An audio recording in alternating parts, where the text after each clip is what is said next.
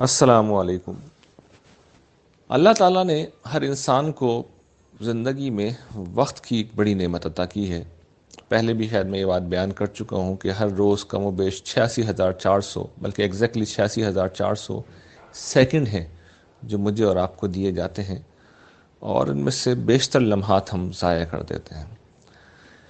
اس وقت کو ضائع کرنے میں کئی چیزوں کا عمل دخل ہوتا ہے، لیکن جو چیز سب سے زیادہ شاید اس کا سبب بنتی ہے وہ ہماری سستی کی عادت ہے، کام کو ٹالنے کی عادت ہے، اپنی جگہ بیٹھے رہنے کی عادت ہے۔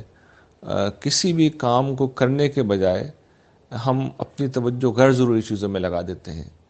ہم جو ذمہ داری لی ہوتی ہے اس کو نبھانے کے بجائے ہم غیر متعلق چیزوں کے اندر، مثال کے طور پر گفتگو کے اندر، ٹی وی دیکھنے میں یا اسی طرح کی لایعنی مشغولیات میں ہم لگ جاتے ہیں، اور اس کی بنا پر ہمارا جو اصل کام ہے وہ رہ جاتا ہے۔ تو اس سے نہ صرف یہ کہ ایک طرف ہمارے اوپر بہت زیادہ پریشر ڈیولپ ہوتا ہے کیونکہ کام تو کرنا ہی ہے، اور دوسری طرف ان چیزوں میں لگ کے ہمارا وقت ضائع بھی ہوتا ہے۔ تو وقت کی ضیاع سے بچنے کے لیے بنیادی حقیقت جسے ہمیں سمجھ لینا چاہیے وہ یہ ہے کہ ہمیں سستی کو بھگانا ہوگا، اور جو کام ہمیں کرنا ہے ہمیں اسے فوراً کر لینا چاہیے۔ اس کا مطلب یہ نہیں کہ ہم جلد بازی سے کام کریں، نہیں، جلد بازی مراد نہیں ہے۔ اصل چیز جس کی طرف میں توجہ دلا رہا ہوں وہ یہ عادت ہے کہ ہم اپنے کام کو مؤخر کرتے رہتے ہیں۔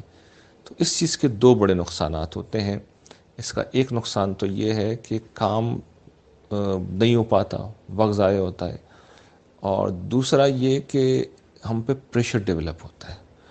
تو یہ چیز ہمیں یاد رکھنا چاہیے کہ سستی ایک بہت بری عادت ہے۔ اسی طریقے سے وقت کو جب ہم ضائع کرتے ہیں تو اس کا ایک فیکٹر یہ بھی ہوتا ہے کہ ہمارے اندر محنت کرنے کی عادت نہیں ہوتی۔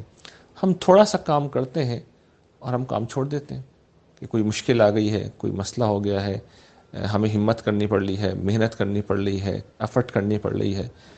تو ہمیں اپنے اندر محنت کرنے کی عادت بھی پیدا کرنا چاہیے۔ جن لوگوں میں یہ دو عادتیں ہوں، یعنی وہ سستی نہیں کرتے بلکہ جو کام کرنے کا ہے اسے فوراً کر لیتے ہیں، اور دوسرا یہ کہ وہ محنت کرنے کے لیے تیار رہتے ہیں، ان کے پاس وقت اتنا ہی ہوتا ہے جتنا دوسرے لوگوں کے پاس ہوتا ہے، یعنی 86,400 سیکنڈ ایک دن میں، لیکن وہ ان لمحات کو بہترین طریقے پر استعمال کرتے ہیں۔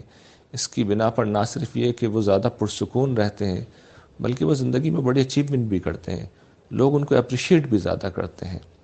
وہ اگر کاروبار کرتے ہیں تو اس میں کامیاب ہیں، ملازمت کرتے ہیں تو اس میں کامیاب ہیں، ایک ماں ہیں، گھر میں ایک ہاؤس وائف کا کام کر رہے ہیں تو اس میں کامیاب ہیں، وہ ایک طالب علم ہے تو اس میں کامیاب ہے۔